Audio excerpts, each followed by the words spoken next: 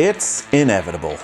A sportsbook makes a mistake in grading a wager, and it's important that you know what to do when it happens. What are your rights?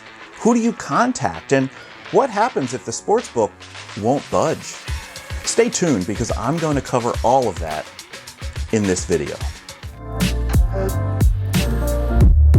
Hi, I'm Jack from Unabated. I've been a professional gambler for over 20 years, and for the past 4 years I've put out content here on YouTube designed to help bettors understand the world of sports betting. By far, the most common type of question is looking for help in situations where they believe the sportsbook has wronged them. Whether that be a wager that has been graded incorrectly or a sportsbook won't give them their money. Some people already have a shaky confidence in this emerging market, and situations like these make them very upset. The first step is to make sure that you are correct that the sportsbook has made an error. All sportsbooks have operating guidelines referred to as the house rules. You can typically find these rules prominently linked on a sportsbook's website. These rules govern how bets are decided per sport and sometimes per bet type. Unfortunately, there are no universal set of house rules.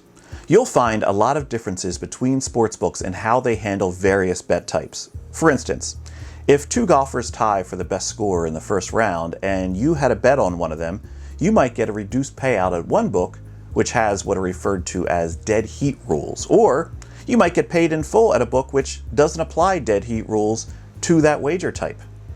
And it goes beyond just rare situations. There may be differences in how they handle suspended games or postponed matches. Naturally, not every bettor is going to read and remember all of the various house rules at every sportsbook they have access to. Chances are it's only when it affects you that you'll go in and read the rules. I would estimate that 4 out of 5 pleas for help that I receive are the result of someone not understanding the house rules at the book they bet at. Also, within those house rules is listed what source the sportsbook uses to grade prop bets. I bring that up because a common frustration is often how prop bets are graded. Perhaps a player you bet on doesn't get rightfully credited with a rebound, or maybe a hard hit ball is ruled an error when you think it should be a hit. These types of disputes are often very hard to overturn. The sportsbook just goes by what is reported by their source of truth for each league. They also protect themselves by stating that their grading is based on the box score when the game goes final. If the official scorer changes an error to a hit later after the game, that doesn't have any bearing on the grading of the bet. If a missed rebound gets credited later, your bet grading doesn't change. It's frustrating when you find yourself on the wrong side of that situation, but this is a pretty standard situation across all sportsbooks.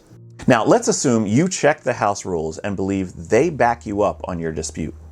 The next step is to contact customer support. These days, it's much more cost efficient to offer online customer support rather than a phone number. Typically, you will have an email address to contact, or more commonly, a live chat.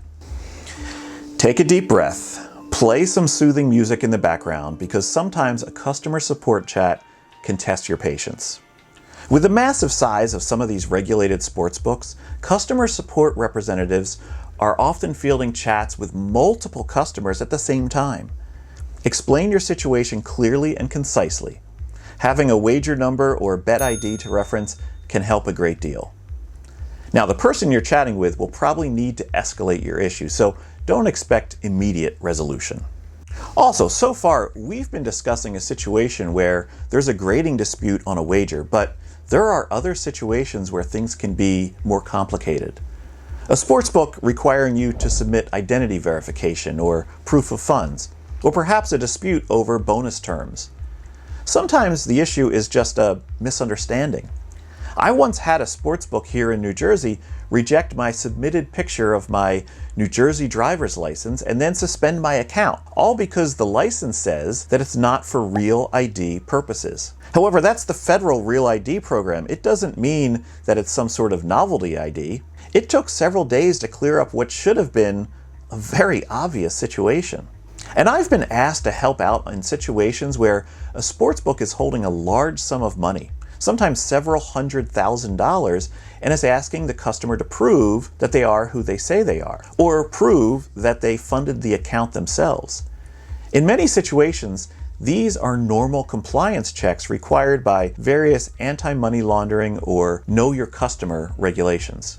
My overarching advice is that kindness and professionalism goes a long way on both sides. This issue may mean a great deal to you. After all, it's your money. But you may be dealing with a company that has processes and procedures that need to be stepped through for disputes. One important point: document everything. Get transcripts of your chat. Take screenshots of your wagers and requests. This is important for what possibly comes next in the process. For a simple issue like a grading dispute, you can expect to get resolution or an explanation within 24 hours. Some of the more complex disputes may take a week or more.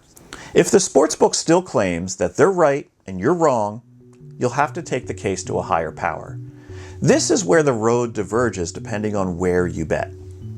If you're betting with an offshore sportsbook or a site which is not regulated by the state you place the bet in, your next steps aren't easy. You'll need to dive into the sportsbook's terms and conditions, which is different from the house rules and a lot more difficult to understand. Many of these sites basically say their decision is final and there is no recourse. However, if you're betting at a regulated sportsbook in one of the 38 states or jurisdictions that have legalized sports betting, well, congratulations. You can file a dispute with the state. You see, in the US, gambling is regulated at the state level, meaning each state has their own rules and regulatory bodies. It's pretty universal, though, that the first piece of information that they'll want is proof that you tried to settle this directly with the sportsbook. That's where the transcripts and screenshots come in handy. Different states have different thresholds of how long you need to give the sportsbook to resolve the case themselves. A good rule of thumb is 2 weeks. If you're still at an impasse after 2 weeks, or they've ghosted you after 2 weeks, then it is probably time to contact the regulator. You will need to know where to go to file the complaint. And with 38 states and jurisdictions, that can be tough to find.